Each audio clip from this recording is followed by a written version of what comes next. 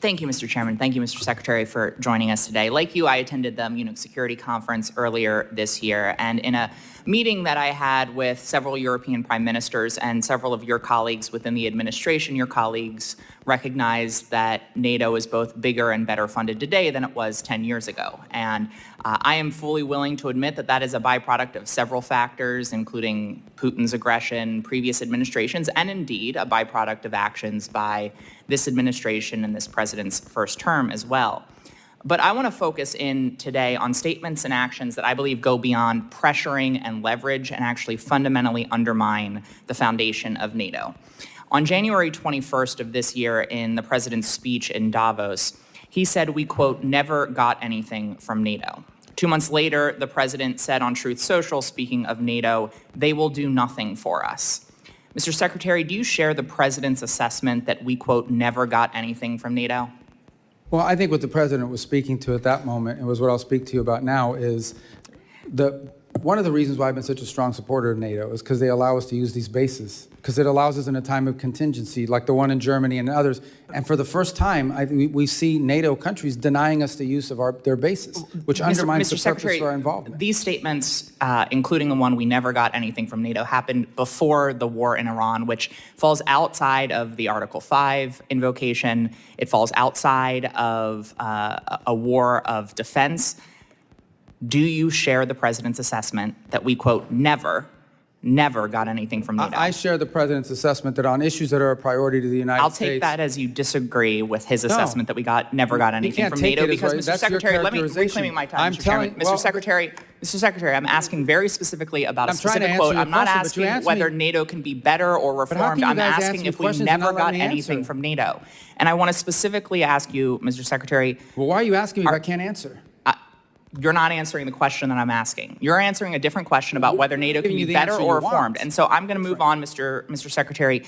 Are you aware that the only time Article 5 has ever been invoked is after 9/11 in defense of the United States? Of course I'm aware of that, okay. Yeah. And are you aware that more than 1,000 Europeans died in the subsequent war on terror that was invoked after? They participated in the Middle East, correct. Yes. And I assume you're aware that the NATO ally that lost more service members per capita is Denmark? Denmark, I thought it was that the UK had suffered more. More per capita. Okay, gotcha. Okay. And I assume you're aware that Greenland is indeed part of Denmark? For now. Okay. Well, I want to focus in on Greenland. I joined the bipartisan bicameral trip to Copenhagen as the administration that you're a part of sought to seize Greenland.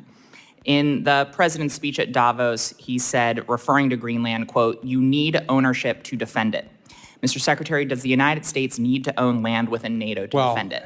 And the truth be told, we are actually involved in conversations with Greenland and Denmark on the use of Greenland for collective defense for all of us. It's a key part of missile defense, but we're involved in those talks right now. So I think we're in a good place on it now. But I don't want to put stuff out there in the public record that would undermine the conversations we're having with them on it. So specifically, I'm not asking about whether we're going to do more within Greenland for our collective defense. I think all of us share that goal, including Denmark and Greenlandic people.